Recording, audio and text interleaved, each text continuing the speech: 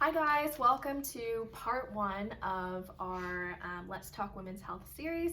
Today we're going to dive into how to regulate your cycles.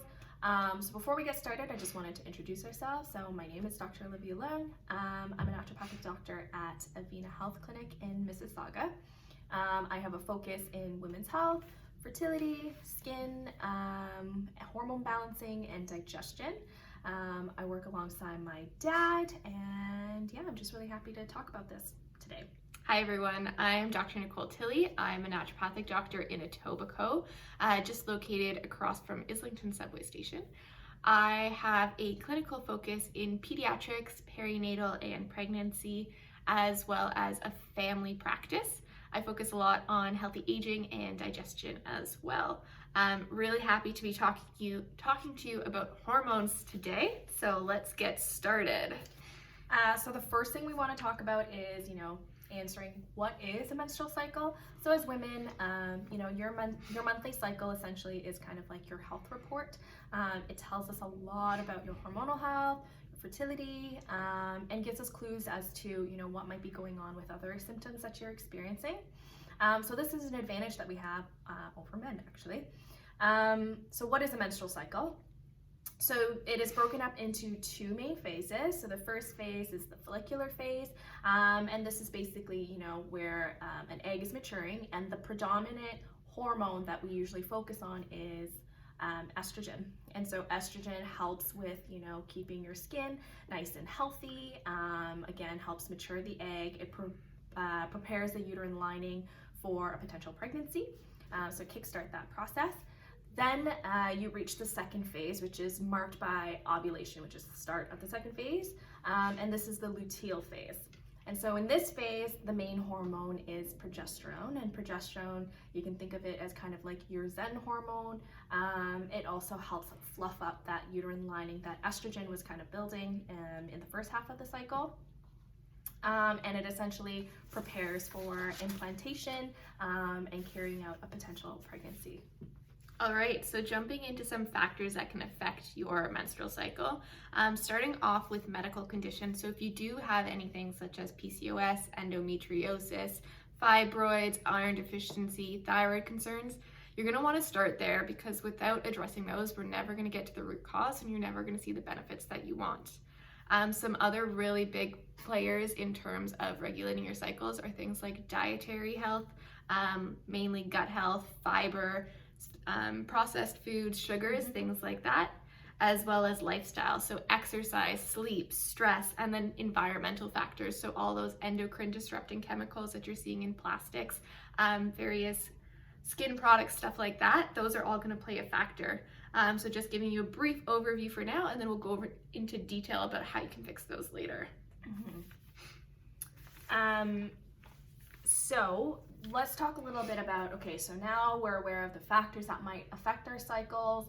What does that mean? So generally, when there's a disruption or an imbalance, our body tells us that by presenting kind of symptoms. Be like, hey, like something's going on, pay attention to me. So when you think about in a traditional Chinese medicine perspective, in a perfect world, when your period comes, it just comes, like boom, you're bleeding, done. It shouldn't be this very, debilitating experience during the month where, you're missing time from school, work, whatever. But you know what, realistically, we don't live in a perfect world, and stress and diet and all those things affect our cycles. So kind of like understanding what those symptoms mean can be a great starting point as to figuring out, how can you address your cycles and how can you regulate them. So when you think about, kind of unpacking your symptoms, you can categorize them into the main hormones that we discussed. So as I mentioned before, the first part of your cycle is predominantly controlled by estrogen.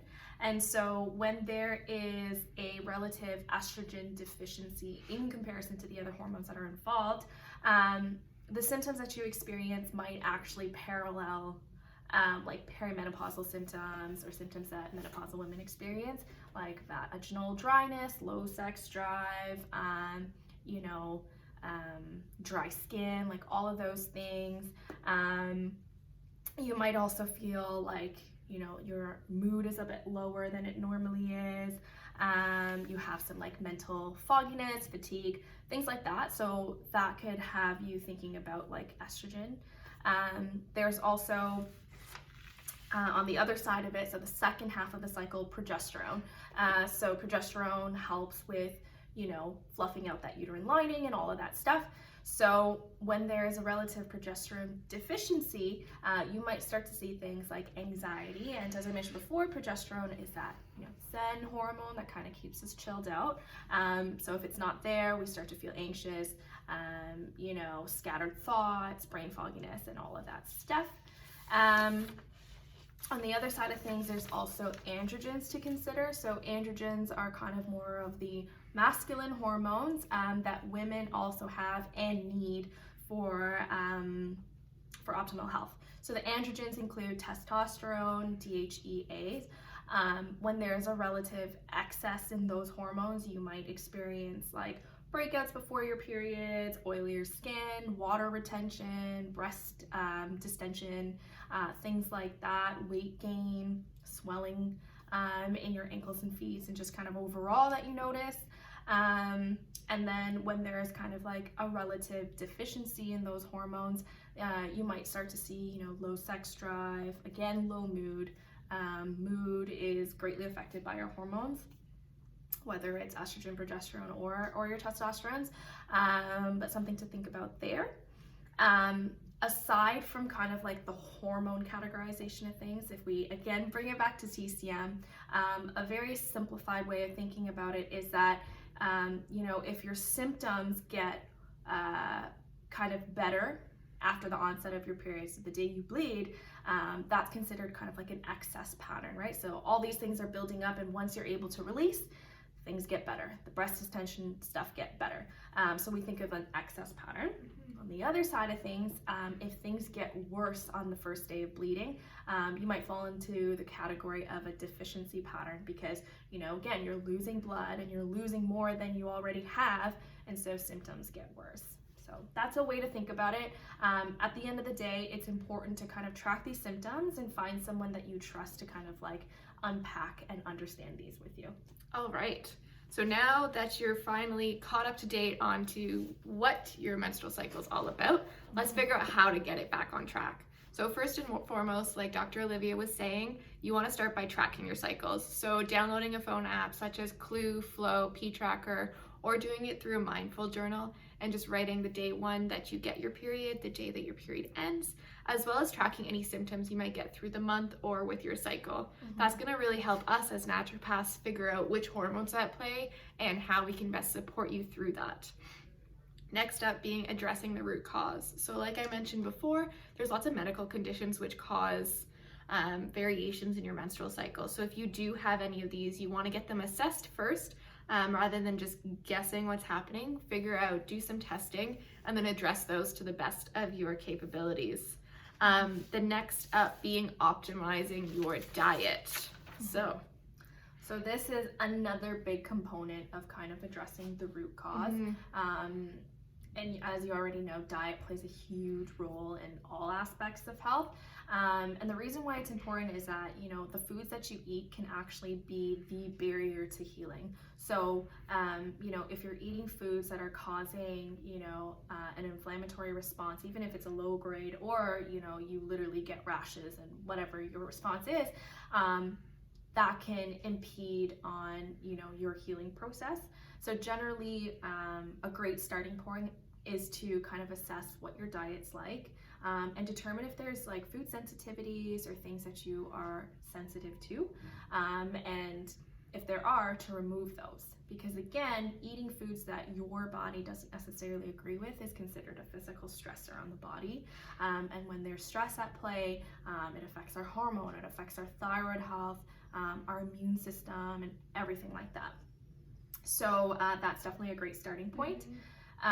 Another part of kind of diet is even just like assessing, your eating patterns. Are you eating at regular times? Are you snacking in between? All these things are important because when we think of how eating affects our hormones such as insulin, our blood sugar balance, those all again, are factors that kind of affect our cycles. So if you are someone who's suffering from PCOS or have blood sugar imbalances, making sure that you're eating on time helps to regulate that insulin level. And insulin resistance is one of the key issues in PCOS. So if you are working on kind of managing that, symptoms will get better.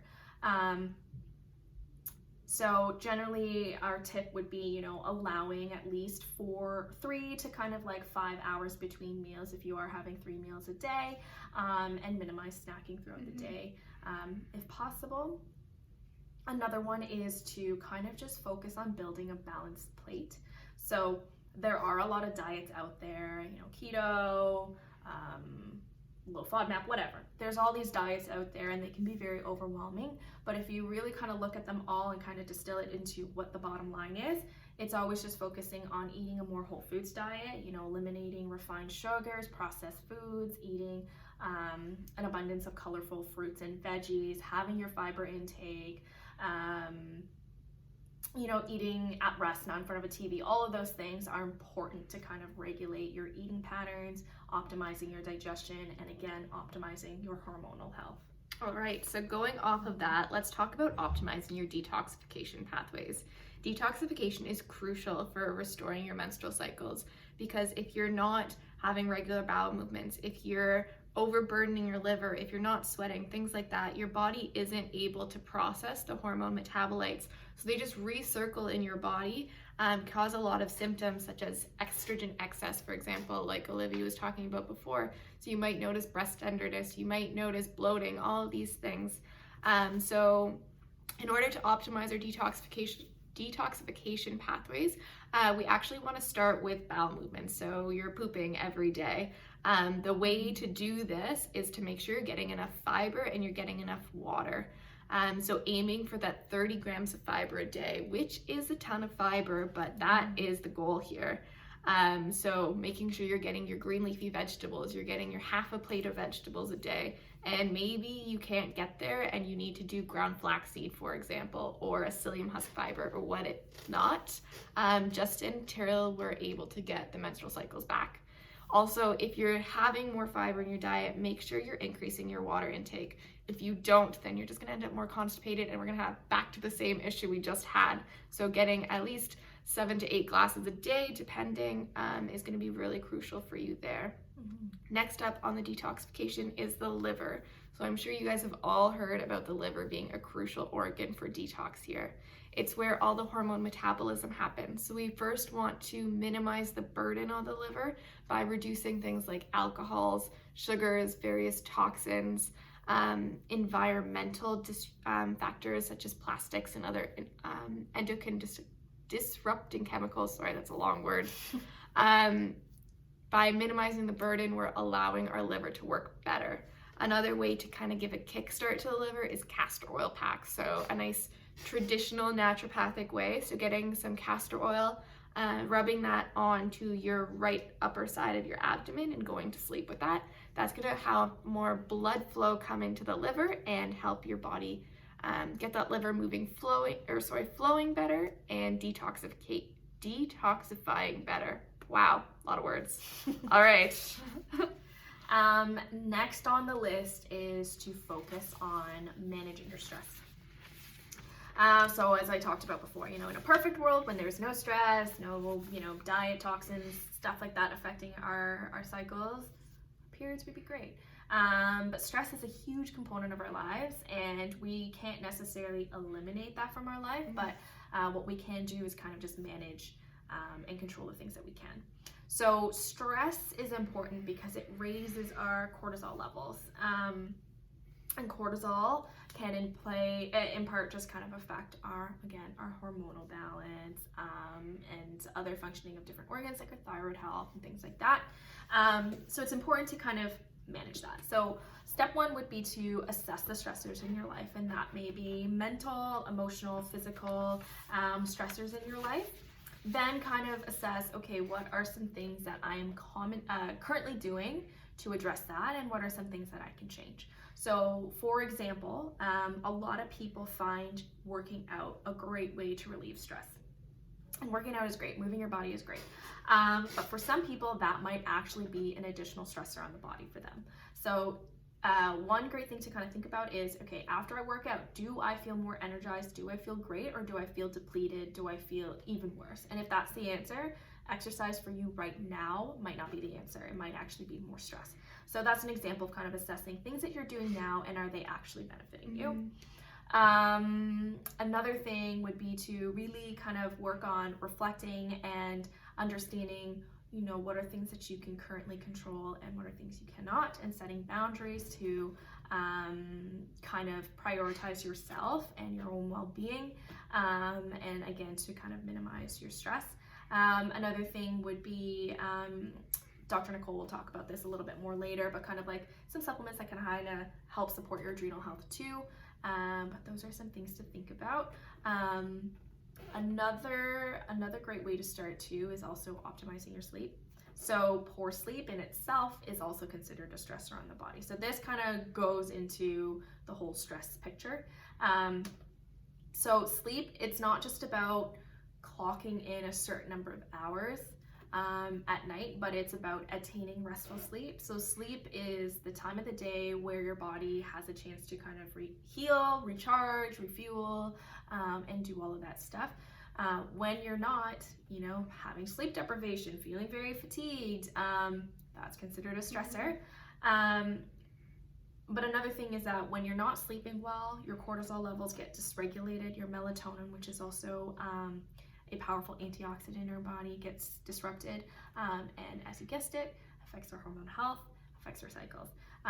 So some key things to kind of think about is like optimizing your sleep hygiene. So, you know, avoiding screens, screen time at least an hour before bed, establishing a sleep routine. So, you know, going to bed at the same time every day, as realistically as possible, waking up at the same time every day as realistically as possible, because our body loves routine.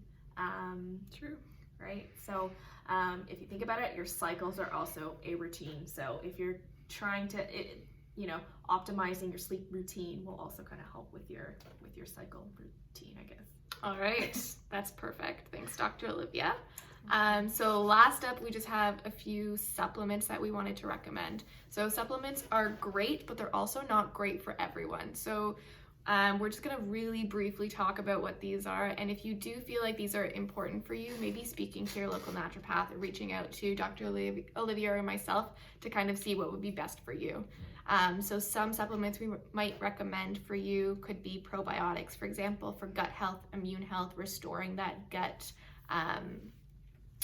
gut-brain access, improving your mood, kind of getting your detoxification going that way.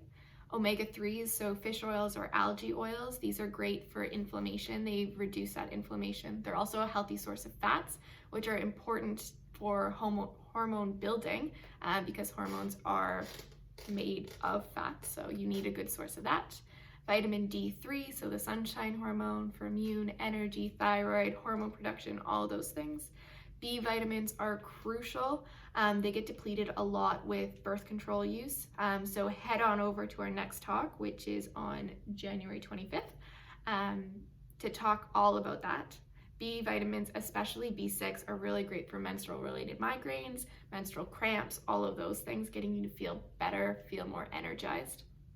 Magnesium is a great mineral that we're all typically deficient in North America. It's really wonderful to help calm your muscles down. So if you're having spasms, cramps, migraines, you could take that as needed. The last supplement we have here for you today is Vitex, also known as chaste tree. It's a herb which has been clinically proven to help regulate your hormonal levels. So it increases the progesterone and regulates the estrogen levels. It's interesting because herbs work different in different people, so definitely talking to your naturopath if you want to try herbal supplements. Also knowing that it takes a minimum of 3 months to start seeing changes in your cycle. So if you try something this 1 month and you don't notice a benefit by the next month, keep going. It takes time. Always 3 months before you want to reassess that. So that's the information we have for you today. I know it was a ton. We also tried to speed up this video compared to our presentation.